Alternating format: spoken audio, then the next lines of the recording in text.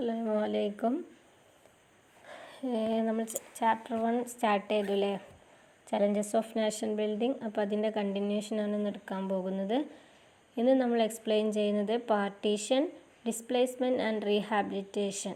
Okay, അതായത് India സ്വതന്ത്രമായത് 1947 August 14 mid നൈറ്റിൽ India സ്വതന്ത്രമായി. ഒക്കെ നമുക്കറിയുന്ന കാര്യമാണ്.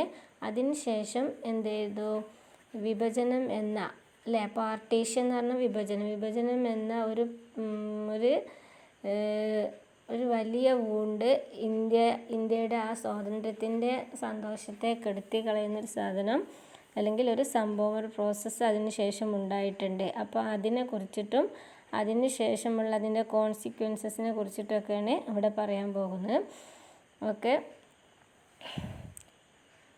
On 14 and 15 August 1947, not one but nation-state came into existence, India and Pakistan. അല്ലേ,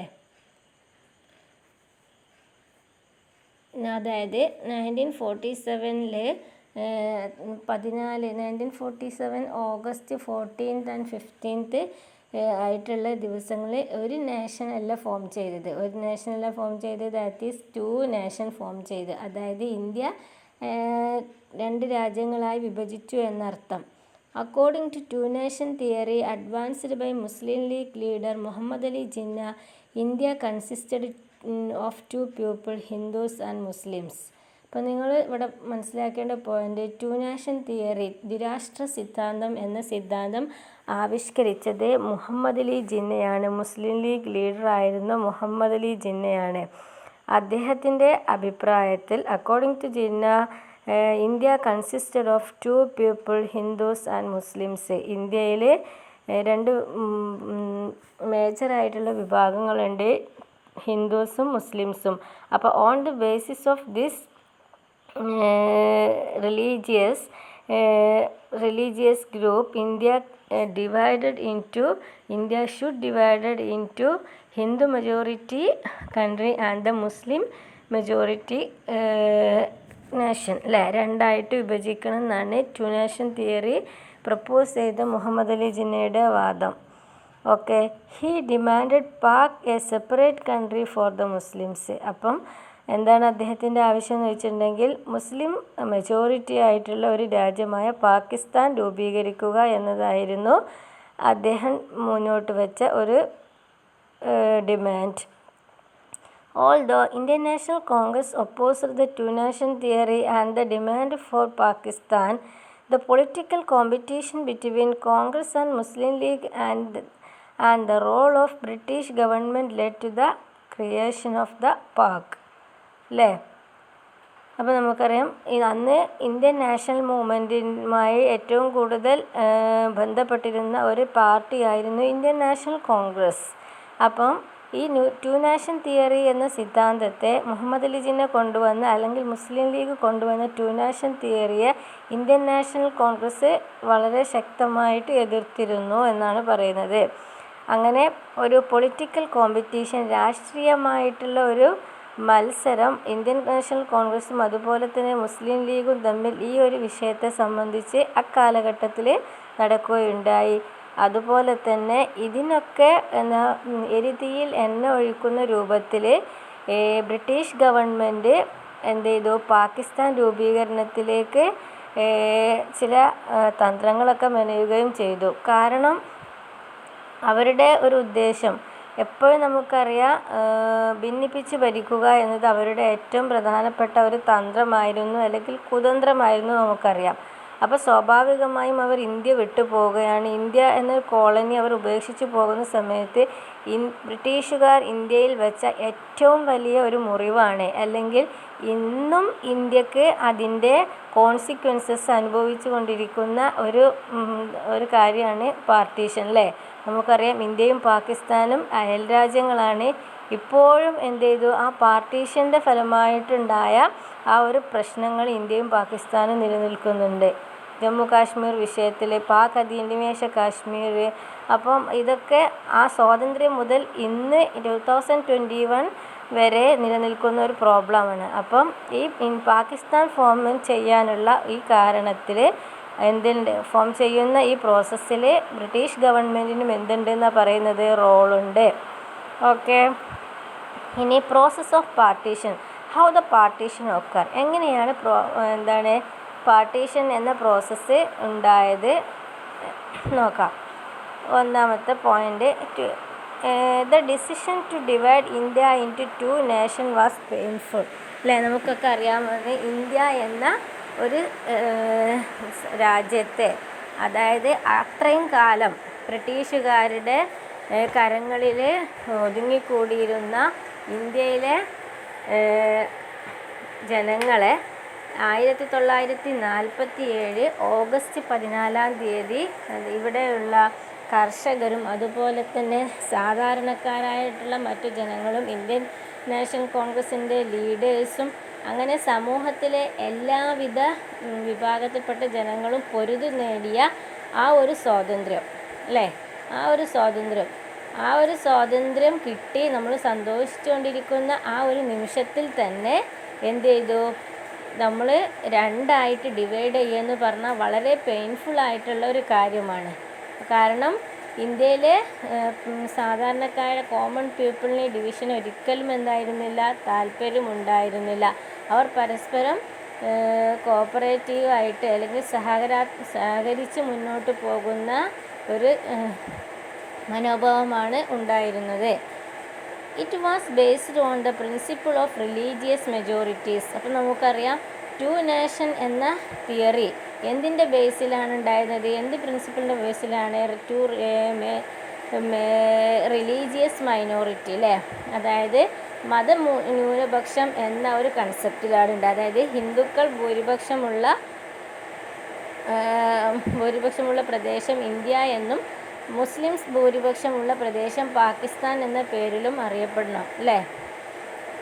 it means that place where the Muslims were in the majority would make up the territory of Pak, and the remaining portion would constitute the majority of India, but it created several problems. Mainly there was 4 problems. അപ്പം നമ്മൾ പറഞ്ഞ പോലെ മുസ്ലിങ്ങൾ majority ഉള്ളത് majority താമസിക്കുന്ന place പാകിസ്ഥാനിലും, അല്ലെങ്കിൽ മുസ്ലിങ്ങൾ majority ആയിട്ടുള്ള രാജ്യം പാകിസ്ഥാനും, അതുപോലെ തന്നെ ഹിന്ദു മെജോറിറ്റി ആയിട്ടുള്ള പ്ലേസ് എന്താണ്, ഇന്ത്യയുമായിട്ട് വിഭജിക്കുക. പക്ഷേ ഇത് പ്രധാനമായിട്ടും വലിയ തരത്തിലുള്ള പ്രോബ്ലംസ് വരുത്തിവെച്ചു. എന്തൊക്കെയായിരുന്നു ആ പ്രോബ്ലംസ്? ആ കോൺസിക്വൻസസ് ഓഫ് പാർട്ടീഷൻ്റെ പരിണിത ഫലങ്ങൾ എന്തൊക്കെയാണെന്ന് നിങ്ങളോട് ചോദിക്കും. അപ്പോൾ പാർട്ടീഷൻ എന്ന പ്രോസസ്സ് എന്താണ്, അപ്പോൾ ആ കാര്യങ്ങളൊക്കെ 2 നേഷൻ തിയറി അതുമായി ബന്ധപ്പെട്ട കാര്യങ്ങളൊക്കെ എക്സ്പ്ലെയിൻ ചെയ്യുക. ഇന്ത്യ പാകിസ്ഥാൻ എന്ന 2 കൺട്രീസ് ഫോം ചെയ്യുന്നതിനെ പറ്റിയിട്ട് എക്സ്പ്ലെയിൻ ചെയ്യുക. അതുപോലെ തന്നെ മേജർ പ്രോബ്ലംസ്, അല്ലെങ്കിൽ നമുക്കറിയാം അതിൻ്റെ പ്രോബ്ലംസ് എന്തൊക്കെയാണെന്ന്, അല്ലേ. There was no single belt of Muslim majority areas in the British India. അപ്പോൾ നമുക്കറിയാം അന്നത്തെ ബ്രിട്ടീഷ് ഇന്ത്യ, അതായത് ബ്രിട്ടീഷുകാർ ഭരിക്കുന്ന സമയത്ത് നമ്മൾ അറിയപ്പെട്ടിരുന്ന ബ്രിട്ടീഷ് ഇന്ത്യ എന്നാണ്, ബ്രിട്ടീഷുകാരുടെ ഭരണത്തിന് കീഴിലുള്ള ഇന്ത്യ. ആ സമയത്ത് there was no single belt of Muslim majority. മുസ്ലിങ്ങൾ മാത്രം ഭൂരിപക്ഷമായി നിൽക്കുന്ന എന്തില്ല, ഒരു സിംഗിൾ ബെൽറ്റ്, ഒരു വലിയ പ്ലേസ് പോലും ഇന്ത്യയിൽ ഉണ്ടായിരുന്നില്ല. അതിനർത്ഥം ഇവിടെ മനസ്സിലാക്കേണ്ടത്, നമ്മുടെ രാജ്യത്തുള്ള ഓരോ പ്രൊവിൻസുകളും അല്ലെങ്കിൽ ഓരോ പ്രവിശ്യകളും ഓരോ പ്ലേസുകളും നമ്മൾ പരിശോധിച്ച് നോക്കുന്നുണ്ടെങ്കിൽ അവിടെ ഹിന്ദുക്കളും മുസ്ലിങ്ങളും അതുപോലെ തന്നെ ക്രിസ്ത്യൻസ് അങ്ങനത്തെ വിഭാഗങ്ങളെല്ലാം കൂടെ ഒരുമിച്ച് അല്ലെങ്കിൽ പരസ്പരം സഹകരിച്ച് ജീവിച്ചിരുന്ന ഒരു സിറ്റുവേഷനായിരുന്നു ഉണ്ടായിരുന്നത്. അതിൽ നിന്നാണ് ഈ ഒരു വിഭാഗത്തെ മാത്രം എന്ത് ചെയ്യുന്നത്, പറിച്ച് നമ്മൾ മറ്റൊരു രാജ്യത്തേക്ക് മാറ്റുന്നത്. Next point, not all Muslim majority areas wanted to be in Pak. ഇനി അങ്ങനെയൊക്കെ നമ്മൾ നോക്കുകയാണെങ്കിൽ ചില പ്ലേസിൽ എന്തുണ്ടാവും, കുറച്ചൊക്കെ മുസ്ലിങ്ങൾ കൂടുതലുള്ള സ്ഥലങ്ങളുണ്ടാവും. മെജോറിറ്റി ആയിട്ടില്ലെങ്കിലും ആപേക്ഷികമായിട്ട് കൂടുതലുള്ള മുസ്ലിം പ്രദേശങ്ങളുണ്ടാവും. പക്ഷെ അവർക്ക് എന്താണ്, പാകിസ്ഥാൻ എന്ന രാജ്യത്തേക്ക് പറിച്ചു നടന്നതിനോട് തീരെ എന്തില്ല, താല്പര്യം ഉണ്ടായിരുന്നില്ല. The two Muslim majority provinces, Punjab and Bengal, had very large areas where non-Muslim were a majority. അതായത് മുസ്ലിം പ്രവിശ്യകളായിട്ട് അന്ന് അറിയപ്പെട്ടിരുന്നത് പഞ്ചാബും ബംഗാളും മുസ്ലിം പ്രവിശ്യകളായിരുന്നു. ബ്രിട്ടീഷ് ഇന്ത്യ ഗവൺമെൻറ്റിൻ്റെ ആ കാലഘട്ടത്തിൽ ബംഗാളും അതുപോലെ തന്നെ പഞ്ചാബും എന്തായിരുന്നു, മുസ്ലിം മെജോറിറ്റി ഏരിയകളായിട്ടാണ് അറിയപ്പെട്ടിരുന്നത്. പക്ഷെ അവിടെ എന്താ കാര്യം എന്ന് ചോദിച്ചിട്ടുണ്ടെങ്കിൽ നോൺ മുസ്ലിംസ് വേർ മെജോറിറ്റി.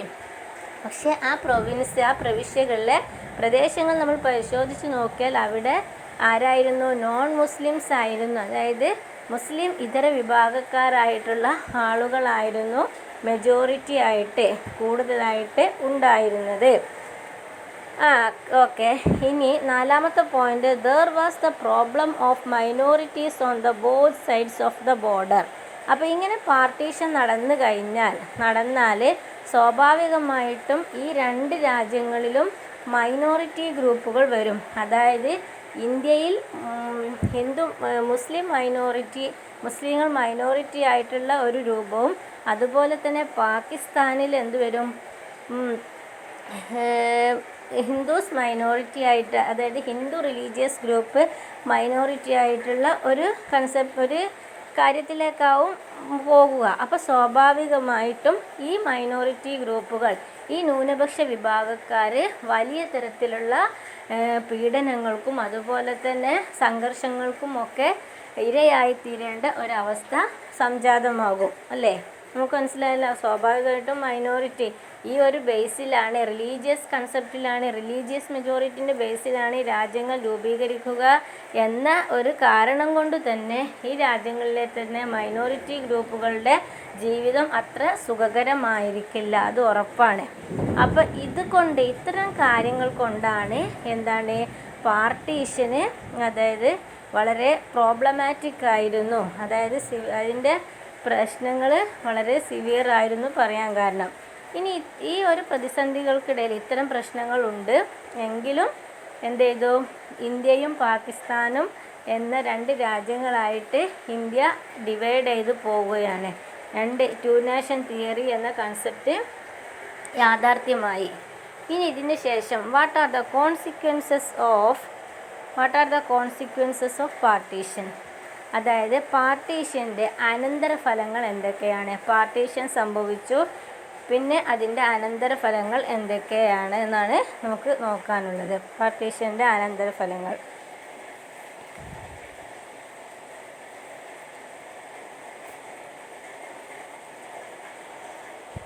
ഒന്നാമത്തേത് ട്രാജിക് ട്രാൻസ്ഫർ ഓഫ് പോപ്പുലേഷൻ.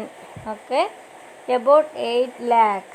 അതായത് പോപ്പുലേഷൻ, അതായത് ഒരു വിഭാഗം ജനങ്ങൾ അതായത് ഇന്ത്യയിൽ നിന്നും ഈ ജനങ്ങൾ അങ്ങോട്ടും ഇങ്ങോട്ടും എന്ത് ചെയ്യാണ്, കണ്ടിന്യൂസ് ആയിട്ട് പലായനം ചെയ്യുകയാണ്.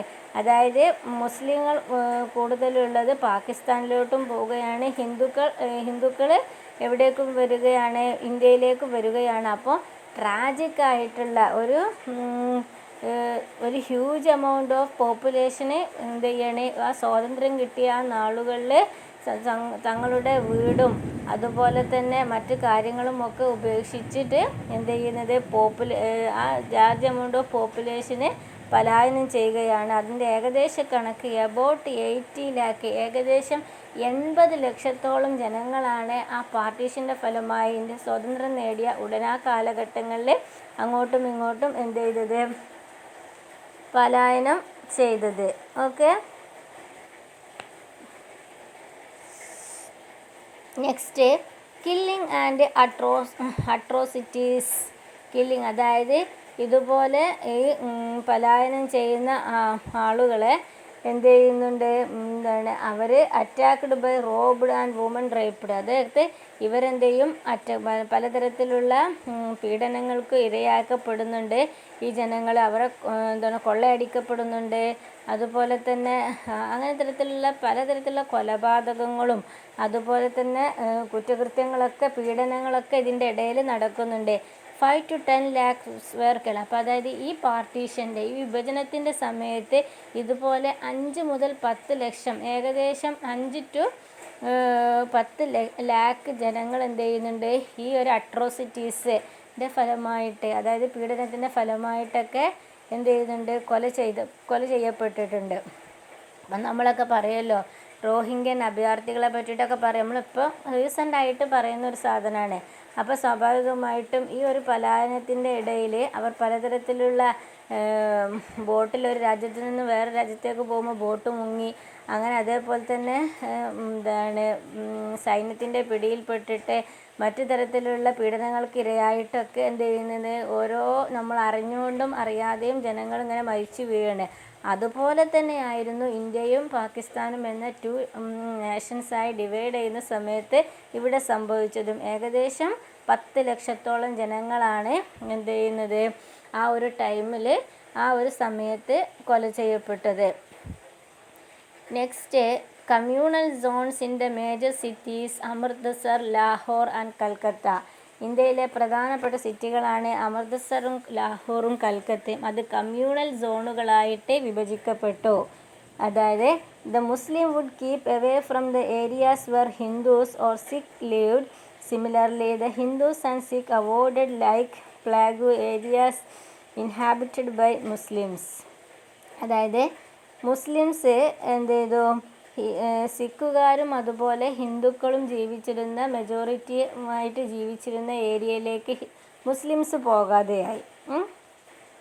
മുസ്ലിംസ് ആ ഭാഗത്തേക്ക് പോകാതെയായി. അപ്പം അതുപോലെ the Hindus and Sikh avoid the plague areas inhabited in Muslims. ആ കാലഘട്ടത്തിൽ മുസ്ലിംസ് ഒക്കെ ആ ജീവിച്ചിരുന്ന ആ ഭാഗങ്ങളിൽ, മുസ്ലിംസ് എന്ന് മാത്രമല്ല മറ്റു വിഭാഗങ്ങളുടെ ഇടയിലൊക്കെ ഉണ്ടായിട്ടുണ്ട്. അവിടെ പ്ലേഗ് എന്ന എന്ത് ചെയ്തു, നമ്മൾ കേട്ടിട്ടില്ല, പ്ലേഗ് എന്ന മഹാമാരി പിടിപെട്ടിരുന്ന ഒരു ടൈം ഉണ്ടായിരുന്നു, ഒരു സമയമുണ്ടായിരുന്നു. ആ സ്ഥലത്തേക്ക് ആര് പോകാനും മടിച്ചു, സിഖുകാരും അതുപോലെ തന്നെ ഹിന്ദുക്കളും പോകാൻ മടിച്ചു. അത് ഈ പ്ലേഗിൻ്റെ ഭയം കൊണ്ട് മാത്രമല്ല, ഈ ഒരു വിഭജനത്തിൻ്റെ മുറിവ്, അല്ലെങ്കിൽ ആ വിഭജനം എന്ന കൺസെപ്റ്റ് ഇന്ത്യയിലെ പല ഇതുപോലെയുള്ള വിഭാഗങ്ങളുടെ ഇടയിൽ ഒരു തരത്തിലുള്ള വർഗീയമായിട്ടുള്ള ഒരു ചിന്ത കൂടി വന്നിട്ടുണ്ട്.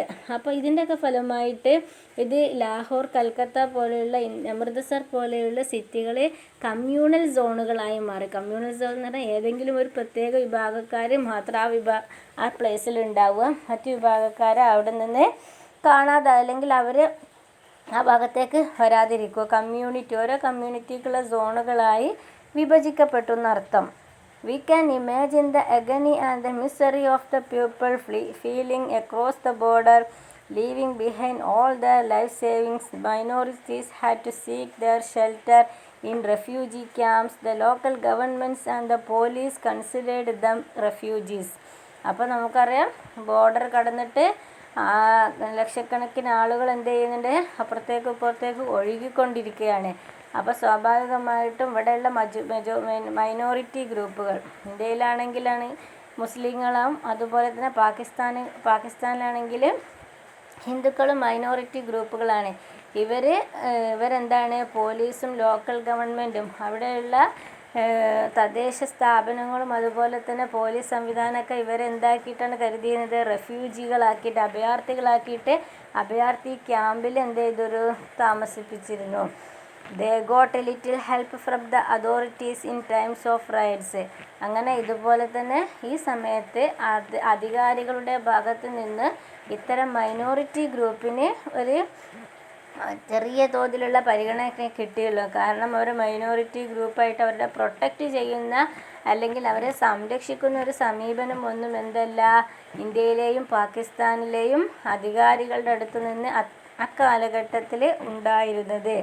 Getting into any means of transport, legal or illegal, or even walking, then crossed over to their new countries, having left behind everything they called their own.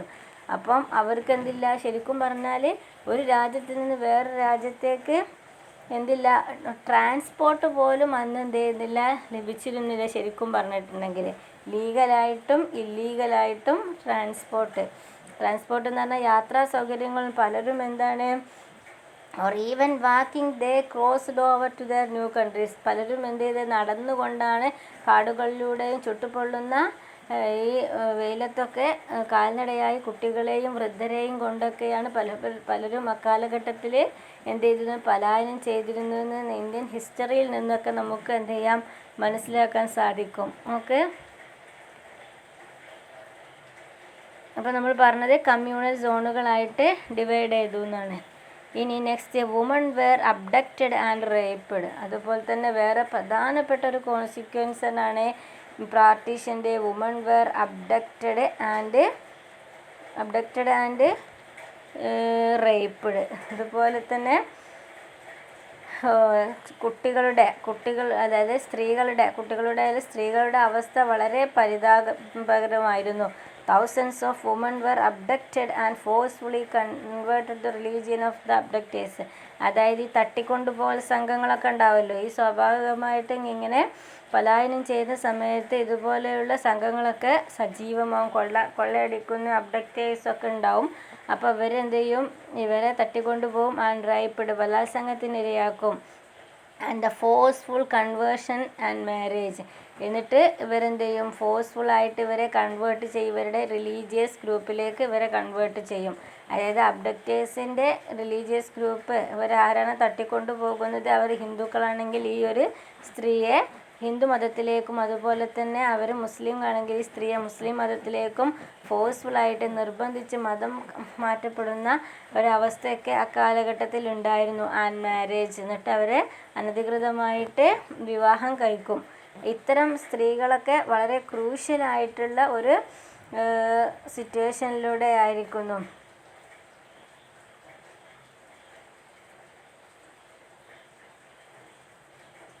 ഇനി ആ ഒരു കേസിൽ പറയുന്നുണ്ട് ടെക്സ്റ്റ് ബുക്കിൽ, several cases were reported about woman being killed by their own family members to preserve the family honour. Okay, അതായത് ഇതുപോലെ ഈ സ്ത്രീകളെ വ്യാപകമായി തട്ടിക്കൊണ്ടുപോവുകയും മതം മാറ്റം ചെയ്യപ്പെടുകയൊക്കെ ചെയ്യുന്ന സിറ്റുവേഷൻ വന്നപ്പോൾ സ്ത്രീകളെ അവരുടെ തന്നെ ഫാമിലി മെമ്പേഴ്സ് എന്ത് ചെയ്യുക, കൊല്ല ചെയ്യപ്പെടുന്ന അവസ്ഥ. എന്തിനു വേണ്ടിയിട്ട്? ടു പ്രിസർവ് ദ ഫാമിലി കുടുംബത്തിൻ്റെ അഭിമാനം സംരക്ഷിക്കാൻ വേണ്ടിയിട്ട് സ്ത്രീകളെ അവരുടെ വീട്ടുകാർ തന്നെ കൊല്ലുക ആ അവസ്ഥ ഉണ്ടായിരുന്നു.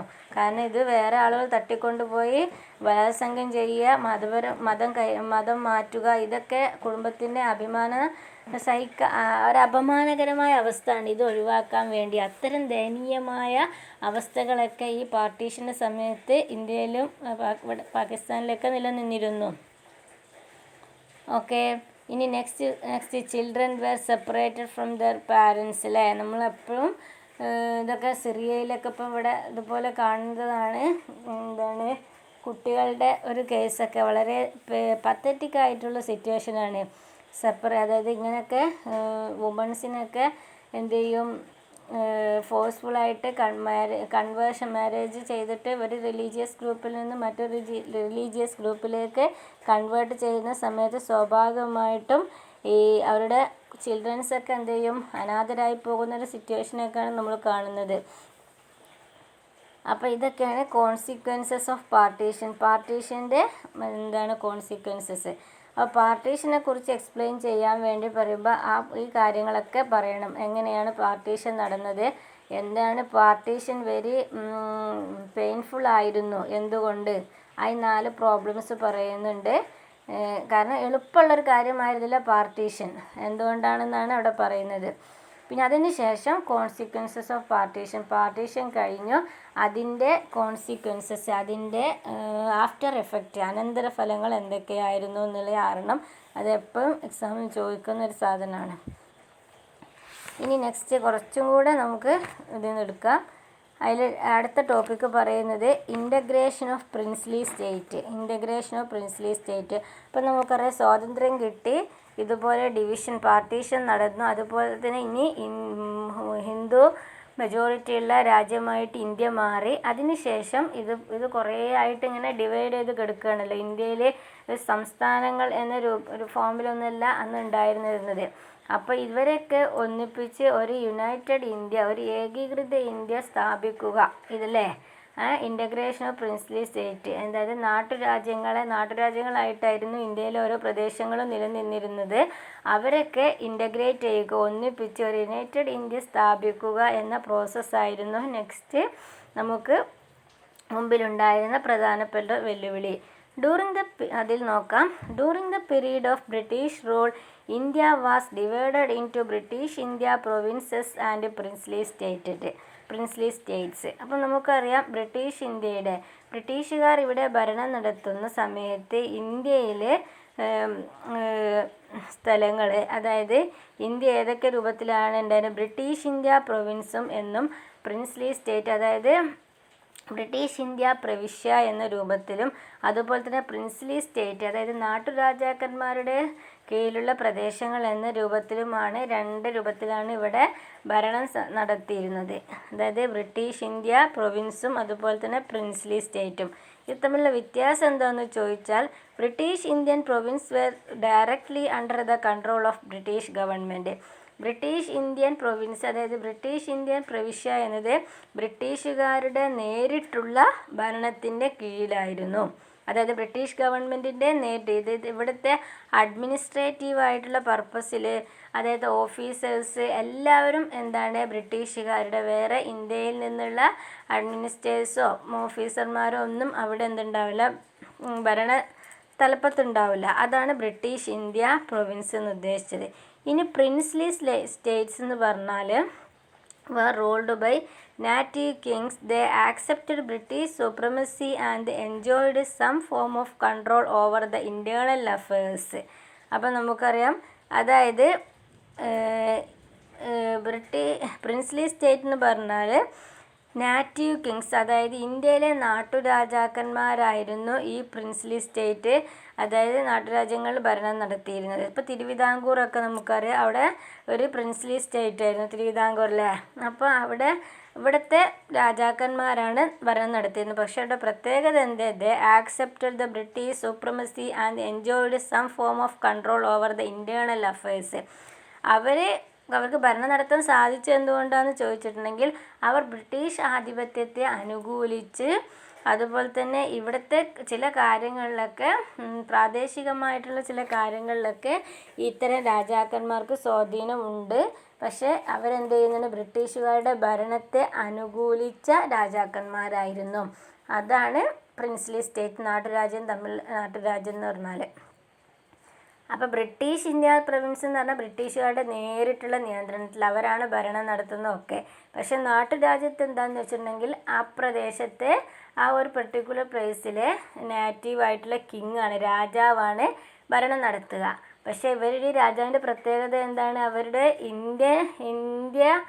ഇന്ത്യയിലെ ജനങ്ങളുടെ അല്ലെങ്കിൽ ആ ഒരു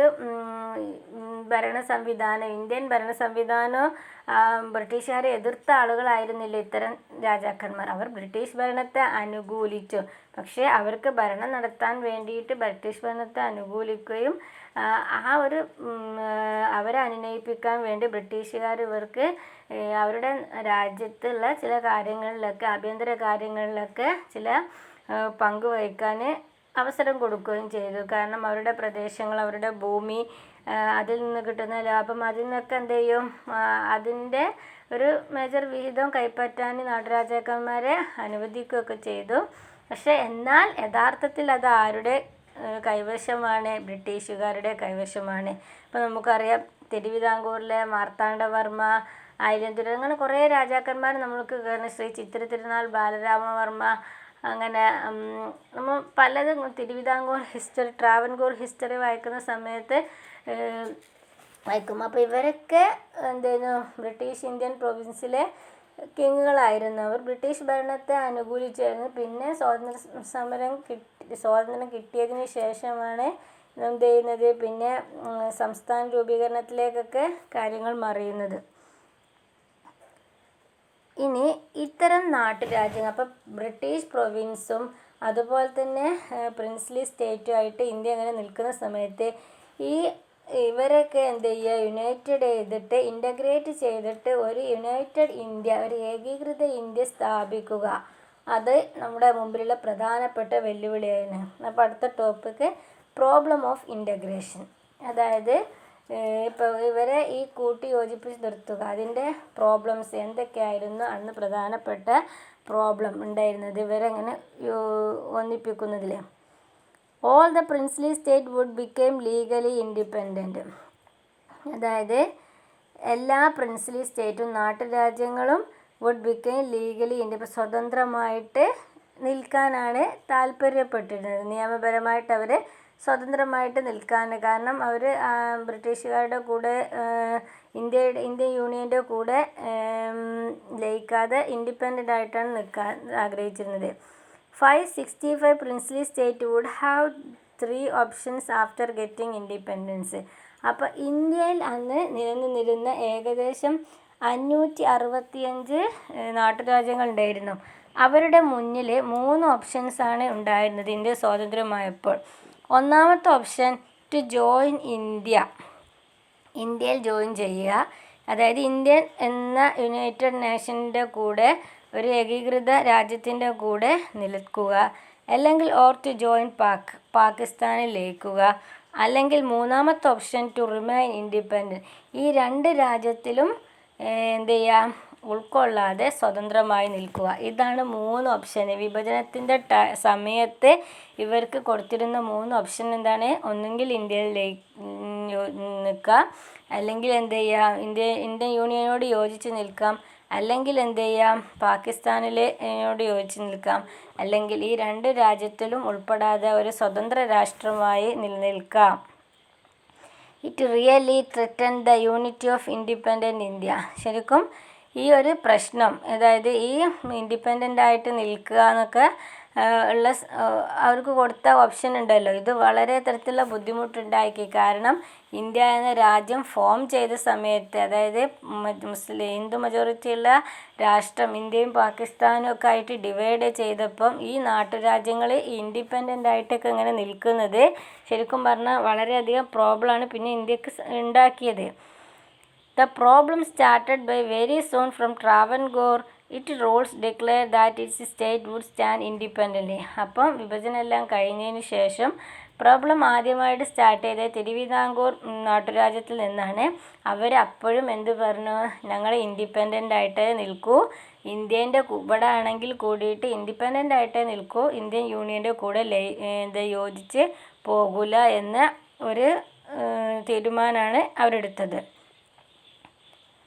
A similar announcement made by the Nizam Hyderabad.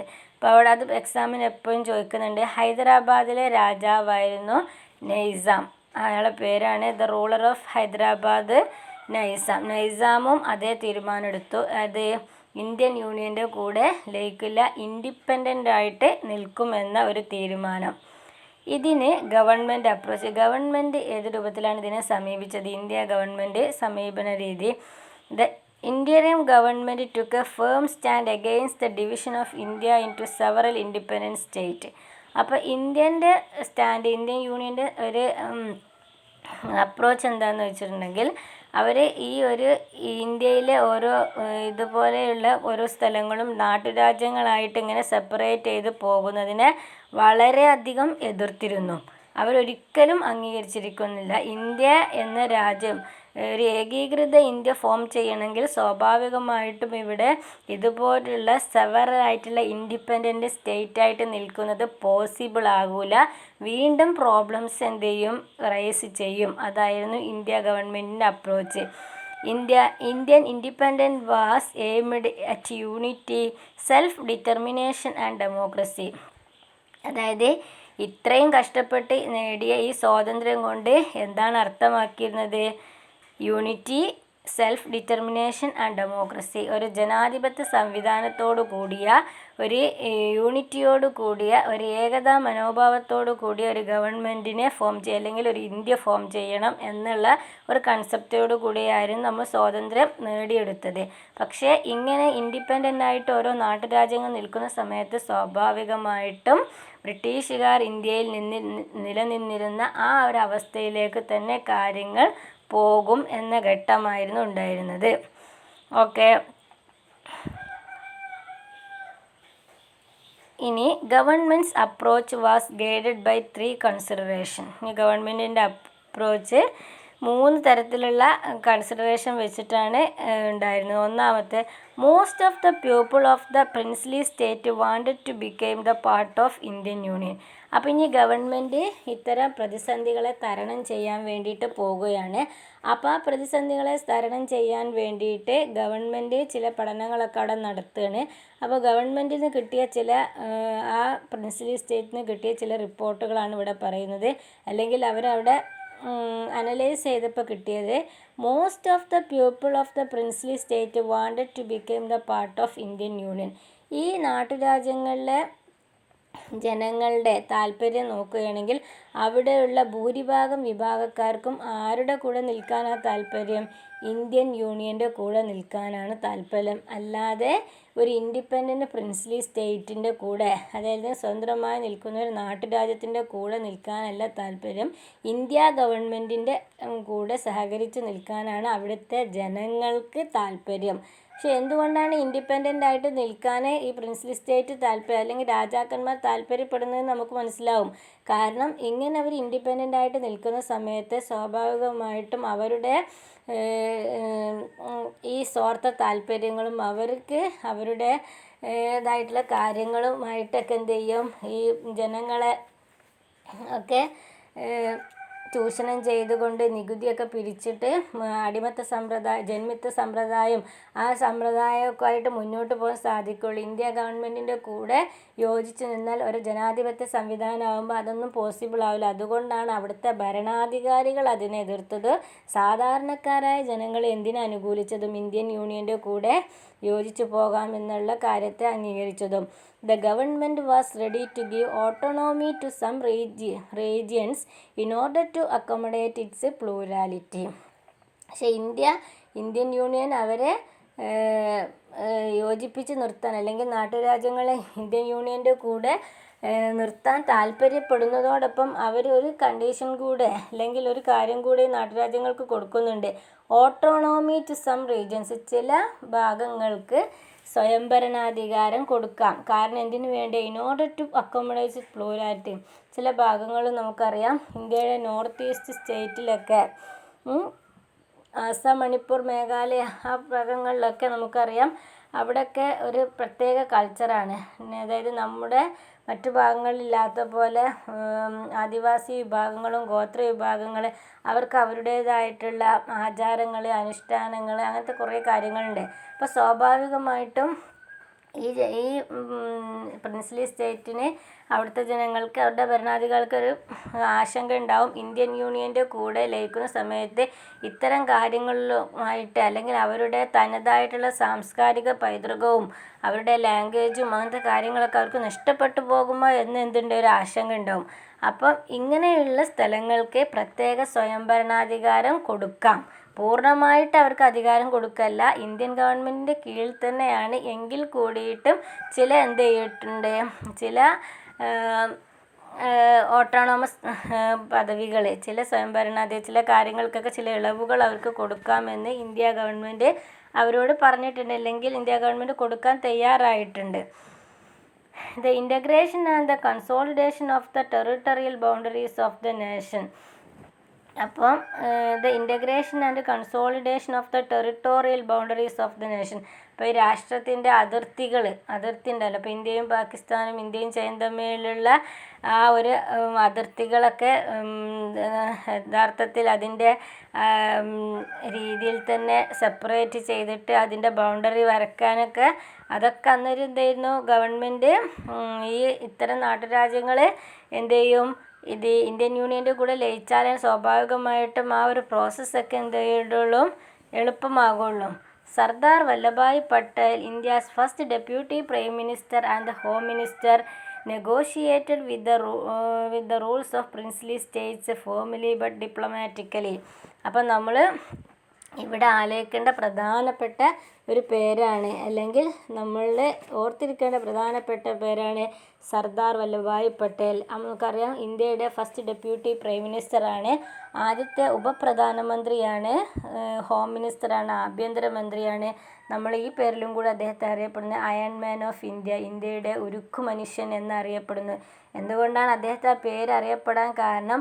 അദ്ദേഹത്തിൻ്റെ വളരെ ഡിപ്ലോമാറ്റിക് ആയിട്ടുള്ള ഇടപെടലുകളിലൂടെയാണ് അദ്ദേഹം ഈ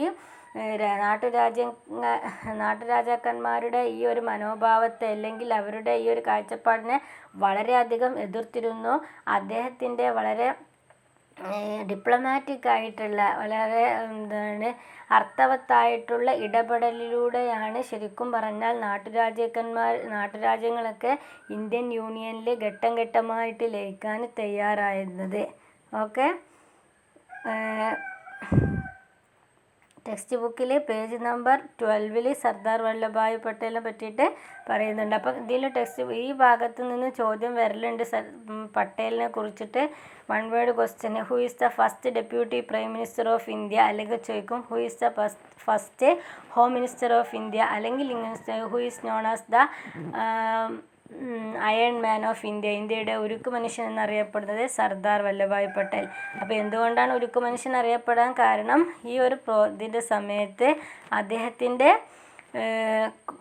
ക്രൂഷ്യൽ പീരീഡിൽ അദ്ദേഹത്തിൻ്റെ റോള് ഭയങ്കരമായിരുന്നു. അദ്ദേഹം ആണ് എന്ത് ചെയ്യുന്നത്, ഇതിനെ വളരെയധികം കോംപ്ലിക്കേറ്റഡ് ആയിട്ടുള്ള പ്രോസസ്സിനെ വളരെ ഡിപ്ലോമാറ്റിക്കലായിട്ട് കൈകാര്യം ചെയ്ത് പ്രോബ്ലംസ് പരിഹരിച്ചത്.